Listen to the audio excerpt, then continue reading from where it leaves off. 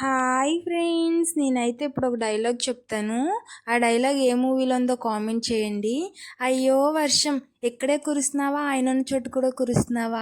ఇక్కడ కురిచి అక్కడ కురవపోతే ఆయనకి ఎలా తెలుస్తుంది? ఇది ఏ మూవీలో ఉందో మూవీ నేమ్ అయితే కామెంట్ చేయండి. ఈరోజు వీడియో ఏంటంటే ఫ్రాన్స్ కర్రీ ఫ్రెండ్స్. మీలో ఎంతమందికి ఫ్రాన్స్ కర్రీ అంటే ఇష్టమో కామెంట్ చేయండి. ఫస్ట్ అయితే మనం ఫ్రాన్స్ కర్రీకి కావాల్సిన ఇంగ్రీడియంట్స్ అన్నీ తెచ్చుకోవాలి. నెక్స్ట్ అయితే ఆయిల్ పోసుకొని ఆయిల్ హీట్ అయ్యాక అందులోనైతే మనం ఆనియన్స్ మిరపకాయలు అయితే వేసుకోవాలి. అవి కూడా బాగా ఫ్రై అయ్యాక మనం అందులో జింజర్ గార్లిక్ పేస్ట్ వేసుకోవాలి. జింజర్ గార్లిక్ పేస్ట్ వేసుకున్నాక దాన్ని అయితే బాగా ఫ్రై చేసుకోవాలి పచ్చివాసన పోయేంత వరకున.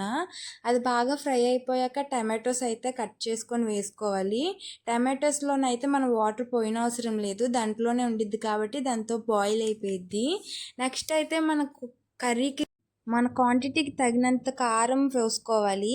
వేసుకున్నాక దాన్ని కూడా బాగా కలుపుకొని మొత్తం దగ్గరికి అయ్యేంత వరకు పచ్చివాసన పోయేంత వరకు ఫ్రై అయితే చేసుకోవాలి. ఇవి ఇలా ఫ్రై అయిన తర్వాత ఫ్రాన్స్లో ఫస్టే మనం కొద్దిగా పసుపు వేసుకొని దాన్ని అయితే ఉడకబెట్టుకోవాలి. ఆ ఉడికిపోయిన ఫ్రాన్స్ని తెచ్చి ఈ మసాలాలో వేసి కొంతసేపు అయితే ఫ్రై చేయాలి.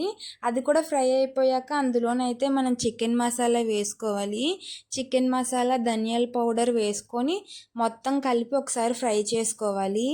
ఇవన్నీ బాగా ఫ్రై అయిపోయాక మనమైతే వాటర్ పోసుకొని దాని దగ్గరికి అయ్యేంత వరకు మనమైతే బాయిల్ చేసుకోవాలి.